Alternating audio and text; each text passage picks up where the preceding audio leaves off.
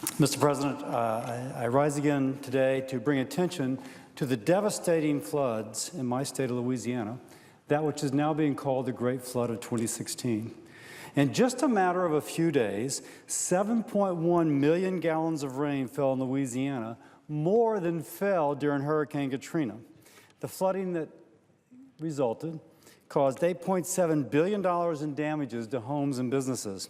Now, a flood event of this magnitude is such a low probability, it's called a 1,000-year flood. To put this in perspective, just statistically, the last time a flood of this magnitude would have occurred in this area, if it's a 1,000-year flood, would have been 500 years before Christopher Columbus discovered the Americas. It is hard to comprehend, but this chart may help. We all know of the devastation caused by Hurricane Sandy and of Katrina, Rita, and Wilma in 2005. Here is and this is from the 1871 Chicago flood. This is the fourth largest disaster, the fifth after the 1906 San Francisco earthquake. So in the last 100 years, this is the third largest disaster in American history, the 2016 Louisiana flood.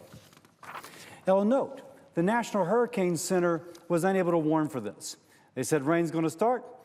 It started to rain, and the next day there was flooding. Most folks flooded had never been flooded before, living in areas that they were told were not at risk for flooding. The first parishes did not have time to evacuate or to prepare. Here you can see a family being helped out by volunteers. In the back, you see what is called a high water vehicle.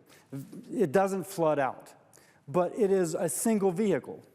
And there were as many as 30,000 folks evacuated from their homes from what was called the Cajun Navy.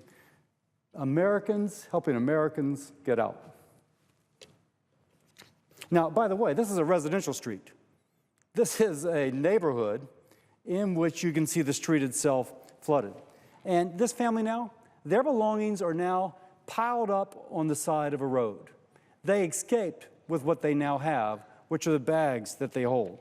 This is one family, but so far 144,000 people have applied for individual assistance through FEMA. I would suggest these people need to know that their fellow Americans care about them. Just as important for a community, small businesses were hit too. Now, according to the local newspaper, 12,000 small businesses in the area flooded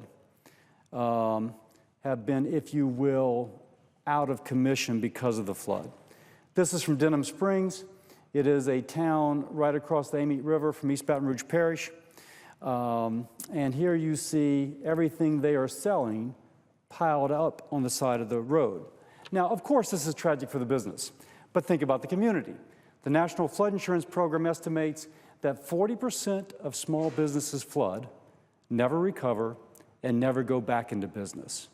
This is tragic not just for the business owner, but also for the people whom she employs, because you've just destroyed the job and the opportunity for everyone whom she does.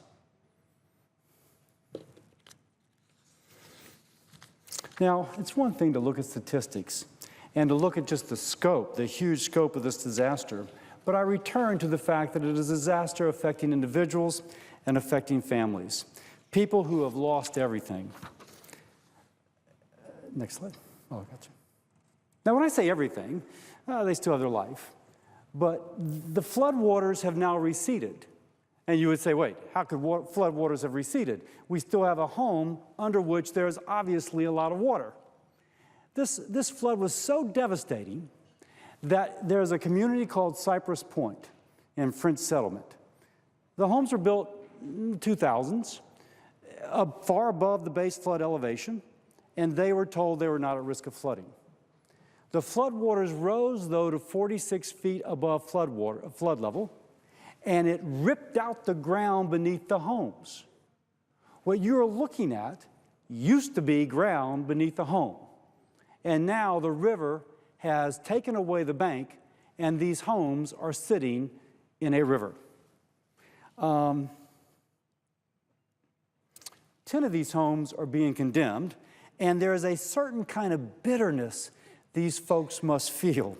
First, they didn't think they were going to flood. If they wanted to come back and put supports under their home, they will have to get an Army Corps of Engineers permit to do that. If their home falls into the river, which looks like that could happen, they have to pay to remove their home from that river. They are going to be caught coming and going. And again, these homes are built above the base flood elevation. Next. This is Dorothy Brooks. Dorothy's 78.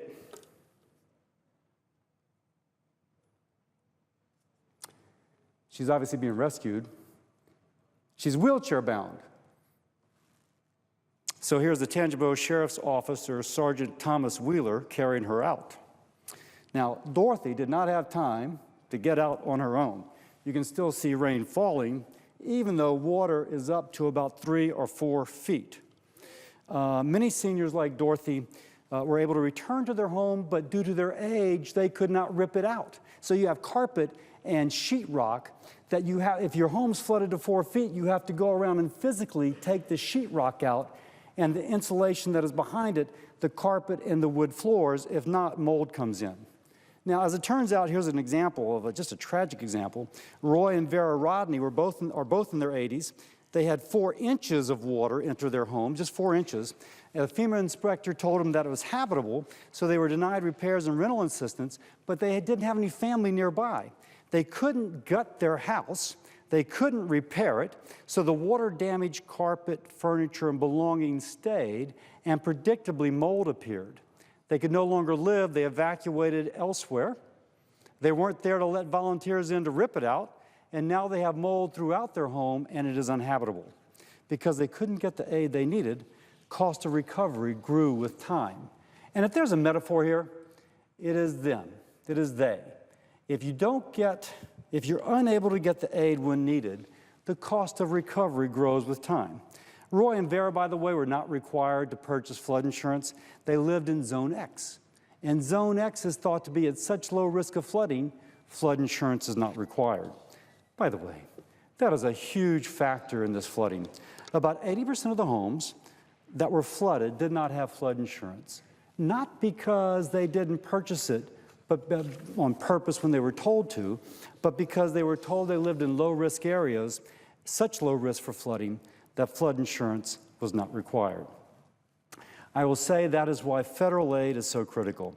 We have thousands of families completely caught off guard, unprepared, no fault of their own, caught by a freak of nature, a 1,000-year flood, now struggling to pick up the pieces. They're trying to make the decision, do I stay and rebuild, or do I just move on? Family, businesses, Louisiana needs help. I ask that we pass this funding bill quickly. People are hurting, people need help. Now, some look at this picture and just see debris. This may be Youngsville, a community I visited, but it could be any community. I would say that that's not debris. That's a wedding dress that was saved for 20 years. It is picture albums, children's toys, clothes to go to work, textbooks, memorabilia. It is their life, piled up on the road.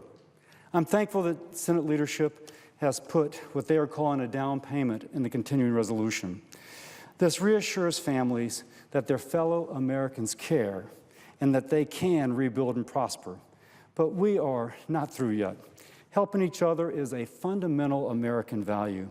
I urge my colleagues on the other side of the aisle to support this legislation, to help families faced with losing their homes and losing everything, to help folks pick up the pieces and put their lives back together. To Americans across the country, call your senator. Ask them to support Dorothy, Ray, and Vera. Thank you, and I yield back.